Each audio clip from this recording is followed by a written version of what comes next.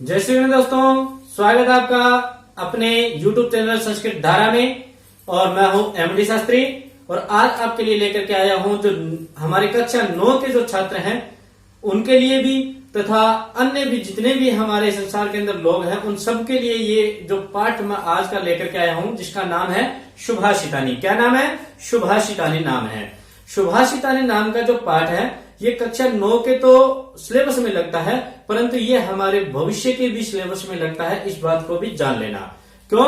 क्योंकि सुभाषितानी का मतलब क्या होता है? सुभाषितानी, सु माने अच्छा और भाषण मतलब जिसमें अच्छे विचार हो, जिसमें अच्छे भाषण हो, जिसमें अच्छे उपदेश हो, उसे क्या कहते हैं? सुभाषितानी कहते हैं। आई बात समझ में आपको?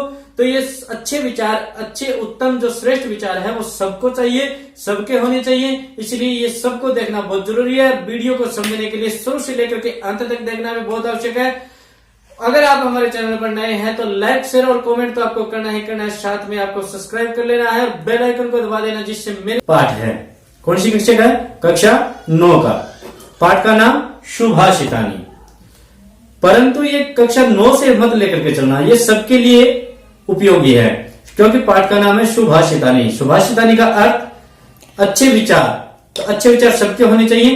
तो हमें ये पाठ सबको देखना है। देखते हैं क्या है। जो सबसे पहला जो हमारा टॉपिक है यानी श्लोक है वो क्या है? देखिए, उद्यमेन ही सिद्ध्यन्ति कार्याणि न मनोरथैहि न ही सुप्तस्य सिंहस्य प्रविशन्ति मुखे मृगाः। एक बार फिर देख लीजिए। उद्यमेन ही सिद्ध्यन्ति कार्याणि मनोरथैहि न ही सुप्तस्य सिंहस्य प्रविशन्ति मुखे मृगाः। आई संस्कृत पढ़नी आई आपको? अब देखो इसका अर्थ देख लेते हैं। अर्थ मैं आपको बतला देता हूं। अर्थ क्या है? क्या है? उद्यमेन ही सिद्ध्यन्ति। उद्यमेन का मतलब होता है परिश्रम, कार्य। ठीक है। उद्यमेन ही सिद्ध्यन्ति कार्याणि, परिश्रम करने से ही कार्य सिद्ध होता है। न मनोरथ ही, केवल इच्छा रखने से कोई कार्य सिद्ध नहीं होता। नहीं है कभी मतलब सोते सोते सोचते रहे कि हम कलेक्टर बन गए, तो सोने से सोचने से कलेक्टर नहीं बनोगे आप। उस कलेक्टर को बनने के लिए आपको तैयारी करनी होगी, परिश्रम करना होगा, आपको अध्ययन करना होगा। आप कड़ी मेहनत करोगे तभी आप क्या बनोगे? कलेक्टर बन पाओगे। यानी इसीलिए इसने कहा उद्यमेन ही सिद्ध्यन्ति कार्याणि मनोरथैहि, मतलब परिश्रम करने से सभी कार्य, सभी मनोरथ पूर्ण हो जाते हैं, न कि इच्छा रखने से। एक लाइन हो गई। दूसरी लाइन में देखते हैं क्या कहता है। न ही सुप्तस्य सिंहस्य प्रविशन्ति मुखे मृगाः। न ही, नहीं, सुप्तस्य सोए हुए के, सोया हुआ जो शेर होता है, ठीक है, सोए हुए शेर के मुख में अपने आप मृग प्रवेश नहीं करती है। मतलब क्या है कि शेर सोया हुआ है, उसको भूख लगी है, परंतु ये तो नहीं है ना कि सोए हुए शेर के मुख में अपने आप आएगी हिरण और कहेगी लो जी मेरे को खा लो। ये तो कहीं नहीं होता। उसके लिए उस सिंह को परिश्रम करना होगा, उसके पीछे दौड़ना होगा, शिकार को ढूंढना होगा। वो उसकी परिश्रम, जितना कड़ा परिश्रम करेगा उतने ही ज्यादा उसको फल मिलेगा। तो मतलब न ही सुप्तस्य सिंहस्य प्रविशन्ति मुखे मृगाः, मतलब क्या हो गया? सोए हुए शेर के मुख में जिस प्रकार हिरण अपने आप प्रवेश नहीं करती, उसी प्रकार केवल इच्छा रखने से कोई भी कार्य सिद्ध नहीं होता। कब होगा? उद्यमेन ही सिद्ध्यन्ति, केवल परिश्रम करने से ही कार्य सिद्ध होगा। हो गया पहला श्लोक। चलते हैं आगे वाले में। आगे वाले में क्या कहता है? अयम निजा परो वेति गणना लघुचेतसाम उद्दार चरितान्तु वसुदेव कुटुंबकम। एक बार फिर देख लीजिए। अयम निजा परो वेति गणना लघुचेतसाम उद्दार चरितानान्तु वसुदेव कुटुंबकम। अब इसका अर्थ भी समझ लीजिए क्या कहना चाहता है। ये कहता है अयम निजा परोवेति। अयम माने मैं, निजा माने स्वयं का, परोवेति परो माने होता है दूसरे का, जो अपना और दूसरे का यानी तेरा मेरा जो करता हो, ठीक है। परोवेति गणना लघु चेतसम, ये तेरा है, ये मेरा है, ये तेरा है, ये मेरा है। जो ये तेरा मेरा के चक्कर में जो पड़ा रहता है उसकी सोच हमेशा लघु चेतसाम होती है, यानी उसकी बहुत छोटी सोच होती है, नीच प्रवृत्ति का व्यक्ति कहलाता है वह, ठीक है। फिर क्या कहता है उद्धार चरितानंतु वसुदेव कुटुंबकम। जो उद्धार चरित्र के लोग होते हैं, जो श्रेष्ठ लोग होते हैं, सज्जन लोग जो होते हैं, साधु संत लोग जैसे होते हैं, जो अच्छे विचार वाले व्यक्ति होते हैं, वो पूरी पृथ्वी को ही अपना परिवार मानते हैं। वसुदेव कुटुंबकम, वसुदेव माने पृथ्वी, कुटुंबक माने परिवार, उदार चरित्र माने उदार चरित्र वाले जो लोग होते हैं वो पूरी पृथ्वी को ही अपना परिवार मानते हैं। तो पूरा अर्थ क्या होगा इसका, अयम निजा परोवेति गणना लघु चेतसा उदार चरितानंतु वसुदेव कुटुंबकम। मतलब क्या होगा कि जो तेरा मेरा इस प्रकार की जो सोच रखता है, इस प्रकार की जो गणना करता है, वह व्यक्ति छोटी सोच वाला और छोटे हृदय वाला होता है। जो उदार चरित्र के बड़े श्रेष्ठ हृदय वाले लोग होते हैं वो पूरी पृथ्वी को ही अपना मानते हैं, वो किसी को गैर नहीं मानते हैं। आई बात समझ में? चलिए फिर देख लेते हैं आगे वाला।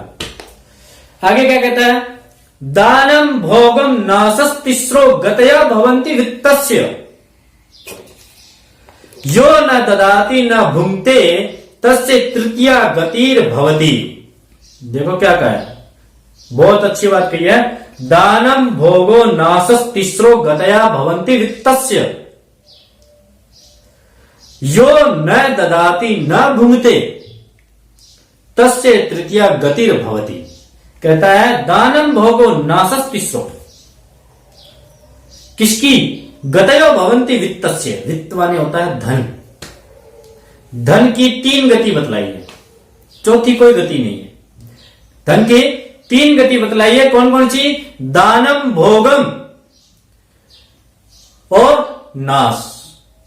धन की 3 गति होती है, या तो दान कर दो, आपके पास में अगर धन है तो आप दान कर दो, भोगम या फिर उसको भोग लीजिए, ऐश्वर्य लीजिए, जितना आपके पास है पैसा उसका आपको अपने इच्छा अनुसार उसे भोग लीजिए, उसका ऐश्वर्य लीजिए, उसका वैभव लीजिए, उससे आपकी इच्छा पूर्ति कीजिए, जो भी आपका मन हो उसको मतलब खर्च कर लीजिए, अपने अनुसार खर्च कीजिए, सदुपयोग कीजिए, दुरुपयोग नहीं, ठीक है। और तीसरी कहते अगर ये दोनों चीज जो नहीं जानता हो, इसने आगे कह दिया यो न ददाती न भुंक्ते, जो दान भी नहीं देता, जो स्वयं के लिए भी खर्च नहीं करता है, यानी जिसे कृपण कहते हैं, कंजूस, मक्खी चूस, तो उन व्यक्तियों के लिए बताया उनके धन की क्या गति होती है, तीसरी गति होती है, वो क्या है, नाश।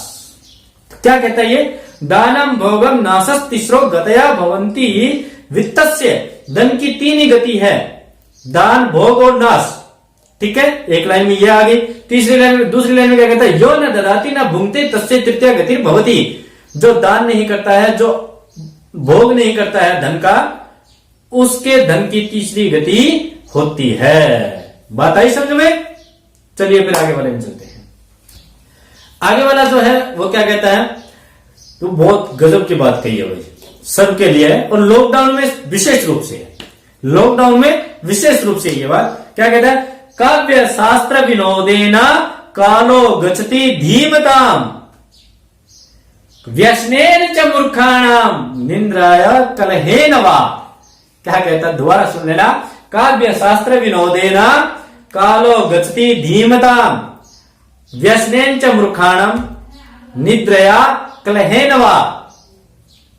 कहता है काव्य शास्त्र विनोदेना कालो गच्छति धीमताम। सज्जन और दुर्जन 2 प्रकार के व्यक्ति होते हैं संसार में, 2 ही प्रकार के होते हैं, या तो अच्छा होगा या बुरा होगा।